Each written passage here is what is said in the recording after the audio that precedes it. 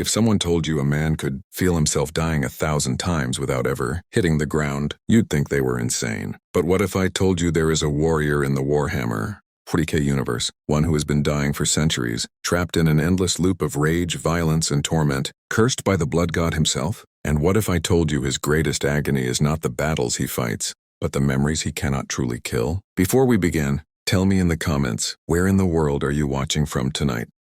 Because what I'm about to tell you feels like myth. But this horror is very real within the galaxy's burning heart. A story whispered among the damned, carried across war-torn worlds like a warning, a curse and a tragedy intertwined. The story begins on a planet nobody should care about, a wasteland crushed under millennia of war, where ash falls thicker than rain and the smell of burnt promethium is the only scent that never fades. The manufactorum ruins stretch like broken teeth across the horizon, and inside this graveyard of steel stands a lone figure, unmoving, Varos, a warrior once human, once loyal to something resembling hope, now a creature carved by bloodshed, his armor brass jagged, denouncing mercy at every edge, glints in the half-light as fires gutter around him. His chain axe hangs loosely at his side as if even it has grown tired of the carnage. But the truth is simpler and far more terrifying. It is waiting. It is listening, and so is he. Because in the hollow of his skull, deeper than instinct, deeper than hunger, deeper than anything a normal mind could survive, a voice whispers, cold as iron, hot as hatred, eternal as war. Blood taker. Still you breathe. Varos tenses, though he doesn't mean to. The voice is not sound. It vibrates like a pulse inside his brain. A tremor in the marrow. He knows the cadence too well. He has heard it every hour, every battle. Every kill since the moment he pledged his life to survive just one more day. He had been cornered by tyrannids, once, a lifetime ago, and in his desperation, he had made an oath to the void. One more chance, one more breath, one more victory. And the void answered.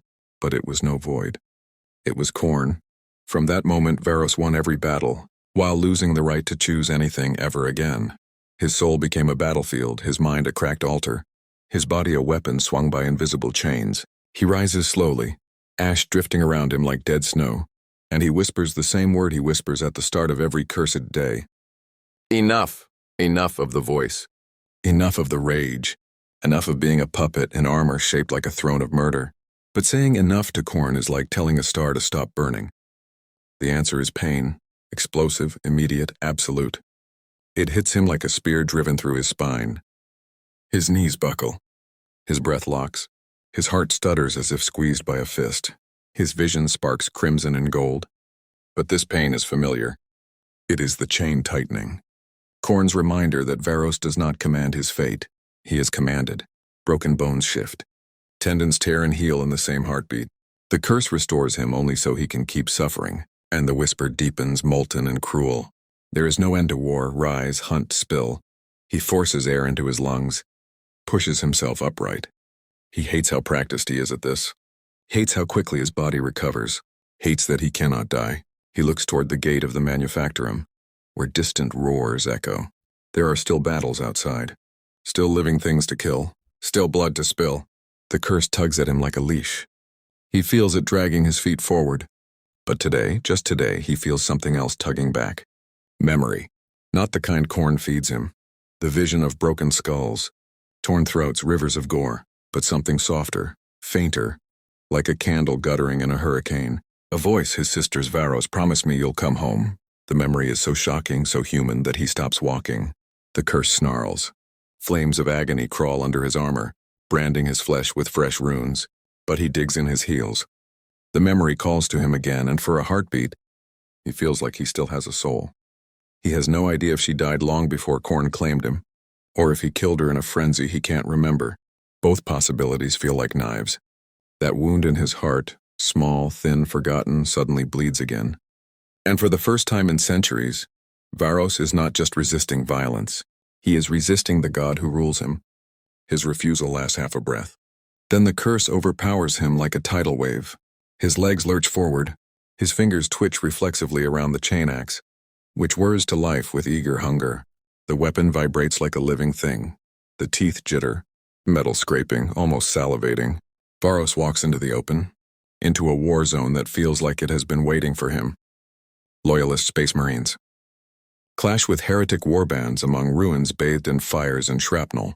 The air is a storm of screams and metal impacts.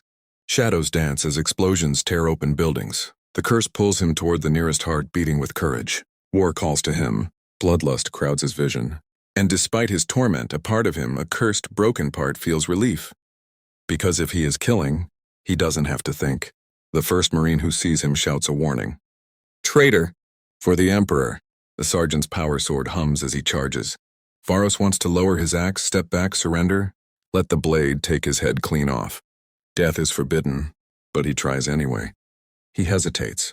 It is the smallest hesitation of his cursed existence, a fraction of a second. But in a battlefield ruled by gods and monsters, a fraction is an eternity. The sergeant strikes. Steel crashes against brass. Sparks erupt in a blinding burst. Varos staggers, blocking the second blow purely by instinct. The loyalist is skilled, righteous, determined, and for one moment Varos admires him. Envy even flashes through his corrupted heart. Here is a warrior who fights because he chooses to, who dies when the Emperor wills it, who can fall and rest and be remembered. Varos swings his axe aside, not in attack, in refusal. He pushes the sergeant away with the haft and steps backward, no longer wanting to fight. The curse erupts in fury.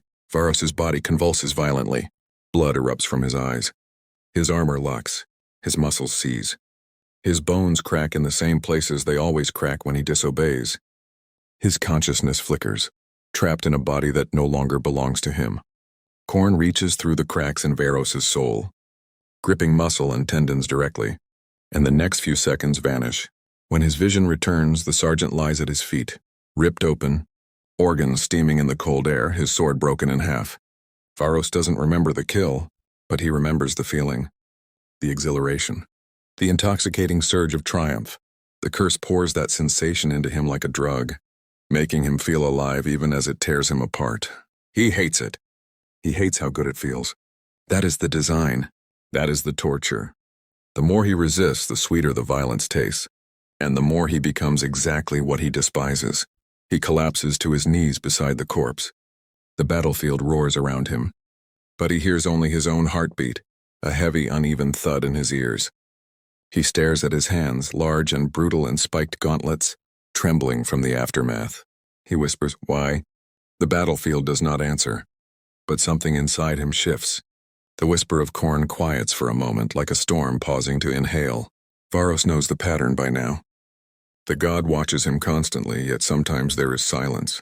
The silence is not mercy, it is permission. Permission to hunt, permission to destroy, permission to vent every emotion as violence. And so the curse drags him back to his feet. But the memory of his sister remains, haunting him, a voice from a life he can never reclaim, a wound he can neither cauterize nor forget, a reminder that he was once human, once capable of love, once capable of being more than a weapon. He moves deeper into the battlefield, but now every step feels heavier. Every kill feeds the curse but drains his soul. He hacks apart cultists, crushes traitors, splinters armor with brute force, tears through flesh with mechanical ease. Chaos and loyalist forces alike fall under his blows. He is a storm with no allegiance, only wrath.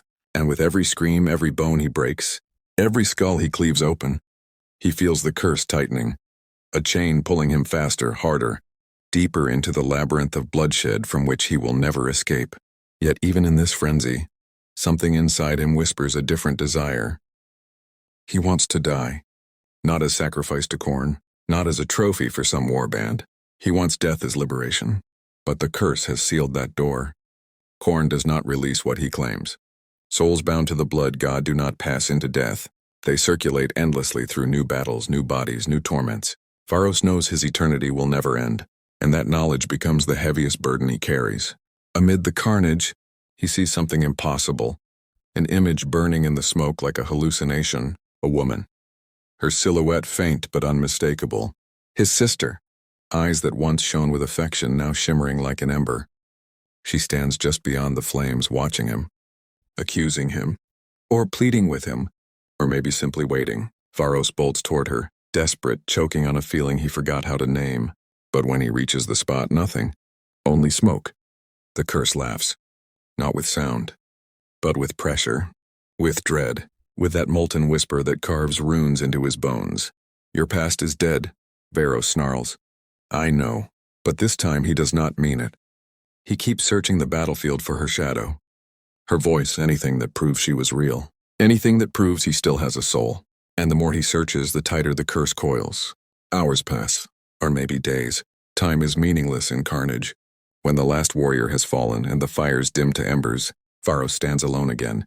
The battlefield is silent except for the crackle of burning debris. He lifts his chain axe, looks at it. The jagged teeth glisten with cooling blood. For centuries, this weapon has been his companion, his executioner, his leash. He has never dared turn it on himself. The curse would stop him instantly. But now he feels a spark, not hope. He learned long ago that hope is another form of cruelty. But resolve, the kind that forms only when a soul hits the absolute bottom and finds something still burning, something too stubborn to extinguish. He whispers to the axe, "Then let this be my last rebellion." Not victory, not freedom, but rebellion, a small defiance against an eternal tyrant. He slams the axe into the ground. The teeth screech. Sparks burst. The curse recoils. Not in fear, but in shock. Pharos grips the weapon with both hands. He channels every memory, every regret, every scream he has ever held back into the strike. "You will not own my last breath," he growls. The surge of agony that follows is like being struck by a god's hammer. It hurls him backward. His armor dents inward. His bones snap. His vision fractures into shards of red. But he does not scream. Not this time. When he rises, battered and trembling, he feels something he has not felt in centuries, clarity. The curse is still there. The chains still bind him. Khorne still demands blood. But Pharos understands now that he is not fighting for redemption or peace or restoration. He fights for the one thing Khorne wants to deny him: choice. He steps away from the battlefield, leaving the axe buried in the ground for just a moment. A symbolic gesture. A statement of will. When he retrieves it, he lifts it not as a slave, but as a challenger. A doomed, insignificant challenger, but a challenger nonetheless. He marches toward the next war zone, not because the curse demands it, but because he has decided that if he must spill blood for eternity, then every drop he spills will be part of his own rebellion. Every kill will be a refusal. Every battle a protest. Every breath a defiance. He will fight until he finds a death that Khorne cannot stop. A death that is his. And until that day comes, he will walk the galaxy as its most cursed warrior. A soul claimed by a god of war, but not yet surrendered. If you want more Warhammer 40K stories like this, subscribe, and turn on notifications so you don't miss the next chapter.